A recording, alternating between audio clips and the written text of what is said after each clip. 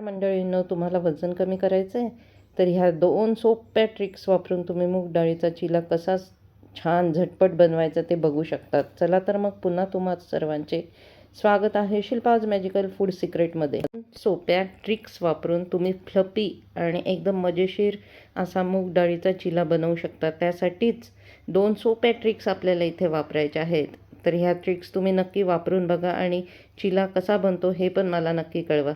चला तर मग सुरुवात करूया रेसिपीला. इथे आपण मूग डाळ घेतलेली आहे 1 वाटी. ती साधारणतः 3 ते 4 तास छानपैकी भिजवून घ्यायची आहे. स्वच्छ पाण्याने धुवून त्याच्यात पाणी घालून झाकण ठेवून ती 3 ते 4 तास छानपैकी भिजू द्यायची आहे. त्यापेक्षा जास्त वेळ ठेवली तरी चालेल किंवा 2 तास ठेवली तरी चालेल, पण ती भिजवणं खूप महत्त्वाचं. नंतर त्यात आपण घालणार आहोत हिरव्या मिरच्या, कोथिंबीर आणि जिरं आणि त्याचं असं छानपैकी सरभरीत वाटण तयार करून घेणार आहोत. आणि हे वाटण झाल्यानंतर पॅन अतिशय गरम न करता मीडियम आचेवर ठेवून त्यावरती तेल घालून छानपैकी आपल्याला चिला पसरवून घ्यायचा आहे. अशा पद्धतीने केलेला चिला अतिशय फ्लपी आणि एकदम खुसखुशीत मऊ असा तयार होतो. अगदी वयोवृद्धांपासून लहान मुलांपर्यंत अगदी बाळसुद्धा ज्याला नुकतंच खायला येतं आहे तो पण अतिशय आवडीने हा चिला खाऊ शकतो. अर्थात त्यात मिरचीचे प्रमाण कमी जास्त ठेवणं किंवा मिरची न घालणं हे आपल्या हातात आहे. अशा रीतीने हा मूग डाळीचा पौष्टिक चिला हा डाएट रेसिपी म्हणून सुद्धा लोकांच्या उपयोगाला येतो किंवा लोक ते डाएट रेसिपीमध्ये पण फॉलो करतात.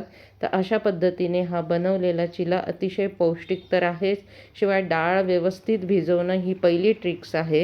आणि डाळ भिजवल्यानंतर त्यात कधीही सोडा घालू नये ही दुसरी ट्रिक्स आहे.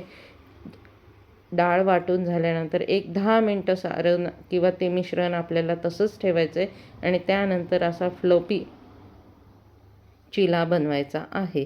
ह्या 2 सोप्या ट्रिक्समुळे आपला चिला अतिशय सुंदर होतो, दिवसभर मऊ राहतो. शिवाय तुम्ही मुलांच्या टिफिनला देऊ शकतात, मिस्टरांच्या टिफिनला देऊ शकतात. घरात कोणी आलं तर तुम्ही ही होणारी झटपट रेसिपी आहे बघा. अशा रीतीने हा किती मऊसूत झालेला आहे. प्रवासाला तुम्ही घेऊन जाऊ शकता. तर ही रेसिपी नक्की ट्राय करून बघा आणि आवडल्यास शिल्पाज मॅजिकल फूड सिक्रेटला लाईक आणि सबस्क्राईब करा.